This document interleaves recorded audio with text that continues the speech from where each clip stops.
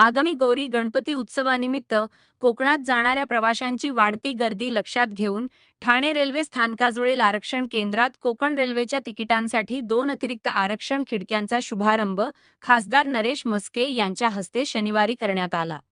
या खिडक्या 11 ते 31 जुलै दरम्यान कार्यरत राहणार असून केवळ कोकणात जाणाऱ्या प्रवाशांसाठी उपलब्ध असतील। यावेळी खासदार म्हस्के यांनी अधिकाधिक कोकणवासियांनी या सुविधेचा लाभ घ्यावा असे आवाहन केले। त्यांच्या पाठपुराव्यानंतर सलग दुसऱ्या वर्षी ही सुविधा उपलब्ध झाली असून त्यामुळे प्रवाशांचा वेळ वाचण्यासोबतच तिकिटासाठी लागणाऱ्या लांबच लांब रांगांपासूनही दिलासा मिळणार आहे।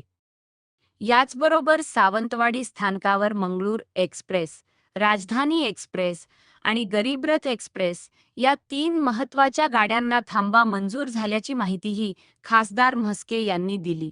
या निर्णयाबद्दल त्यांनी रेल्वे प्रशासन आणि केंद्रीय रेल्वे मंत्री अश्विनी वैष्णव यांचे आभार मानले।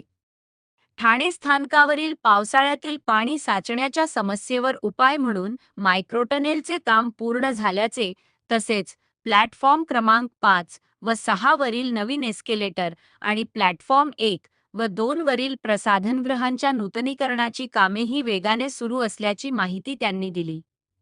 कार्यक्रमास रेल्वे अधिकारी, कर्मचारी, प्रवासी संघटनांचे पदाधिकारी आणि विविध मान्यवर उपस्थित होते। आपणास माहित आहे की गौरी गणपती हा उत्सव कोकणवासियांच्या दृष्टीने खूप महत्त्वाचा असतो। जवळजवळ 90% कोकणवासीय हे गावी जात असतात आणि त्यांचं जाण्याचं दळणवळणाचं साधन एक म्हणजे रेल्वे। सगळ्यांनाच काही ऑनलाईन बुकिंग करता येत नाही आणि मग लिमिटेड खिडक्या असल्यामुळे तासनतास रांगेमध्ये उभं राहावं लागतं। याकरता मी खासदार झाल्यापासून आपण 2 अतिरिक्त खिडक्या कोकणवासियांसाठी आपण रेल्वे तिकीट बुकिंगसाठी आपण सुरू करतो आणि आज सुद्धा त्या सुरू केलेल्या आहेत। कोकणवासियांसाठी ही खुशखबर आहे। त्याचबरोबर मंगलोर एक्सप्रेस 12,133 नंबर, 12,431 राजधानी एक्सप्रेस आणि 12,201 गरीबरथ एक्सप्रेस या ज्या गाड्या आहेत त्या सावंतवाडी या ठिकाणी थांबत नव्हत्या। आपण मागणी केली आणि आता रेल्वेने तत्वतः या तिन्ही गाड्या सावंतवाडी स्टॉप करता मंजुरी दिलेली आहे। प्रोसिजर सुरू आहे आणि काही दिवसातच या गाड्या त्या ठिकाणी थांबतील। त्यामुळे एक मोठा आणखी एक दिलासा या मुंबईवासियांना, ठाणेकर वासियांना मिळणार आहे। छावणा स्टेशनमध्ये पाहता आपण दरवेळी पावसात पाणी तुंबत होतं आणि आपण दाखवत होता, पण मायक्रो टनलिंग आपण सुरू केल्यामुळे काम झाल्यामुळे त्या ठिकाणी पाणी यावेळी साचलेलं नाहीये। एक्सिलेटरची कामं सुरू आहे, स्वच्छतागृहांची कामं सुरू आहेत। वाशी रेल्वे हे सुद्धा काम कोणी करायचं, सिडकोनी करायचं का रेल्वेनी करायचं, 2008 पासून हा प्रश्न जो प्रलंबित होता तोही आपण संपवलेला आहे आणि रेल्वेने ती सर्व स्टेशन ताब्यात घ्यायला सुरुवात केलेली आहे।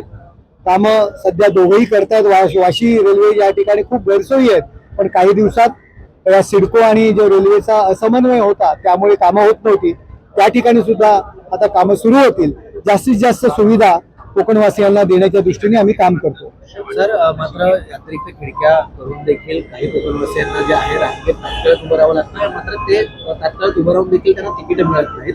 यांच्यासाठी काही विशेष रेल्वे सेवांची आपण मागणी पण कोकण वासियांकरता गणेशोत्सवामध्ये अतिरिक्त गाड्या सुद्धा आपण मागणी करतोय आणि तशा अतिरिक्त गाड्या सुद्धा आपण अनेक गाड्या त्यावेळी आपण सोडतोय की जेणेकरून नागरिकांना आणि प्रवाशांना त्याचा लाभ होईल। सर, मेमो जी गाडी आहे या गाडीची अतिरिक्त मागणी होत चाललेली आहे।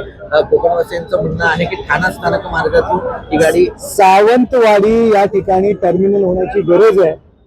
त्या दृष्टीने जर ते एकदा टर्मिनल झालं की अनेक गाड्या आपल्याला सोडता येतील। ठाणा स्टेशनवरनं गाडी सोडण्याच्या मागण्या आहेत, परंतु ठाणा स्टेशन एवढं ओव्हरपॅक झालेलं आहे, अतिरिक्त लाईन, अतिरिक्त कारशेड या सर्व गोष्टींची कमतरता आहे, आणखी जागा उपलब्ध नाहीये आणि ठाणे आणि मुलुंड दरम्यानचं नवीन स्टेशन सुरू झालं की आपल्याला तो मार्ग सुद्धा काढता येईल आणि अतिरिक्त गाड्या आपल्याला सोडता येईल। कारण अतिरिक्त गाडी सोडणं हा फक्त विषय नसतो, तो त्याला कारशेड आणि या सगळ्या गोष्टींची गरज असते।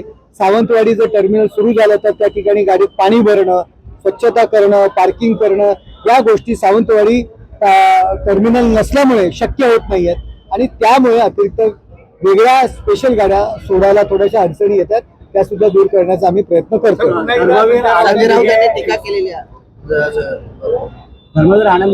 ठाण्यातनं सुरू करावी अशी मागणी कोकणवासियांनी केलेली आहे संघटनेने. मागणी रास्त आहे, आपण तशा पद्धतीची मागणी सुद्धा आपण रेल्वे मंत्र्यांकडे केलेली आहे. परंतु कारशेड याची व्यवस्था सुरू झाली तरच आपल्याला ठाण्यापासून गाडी सोडता येईल.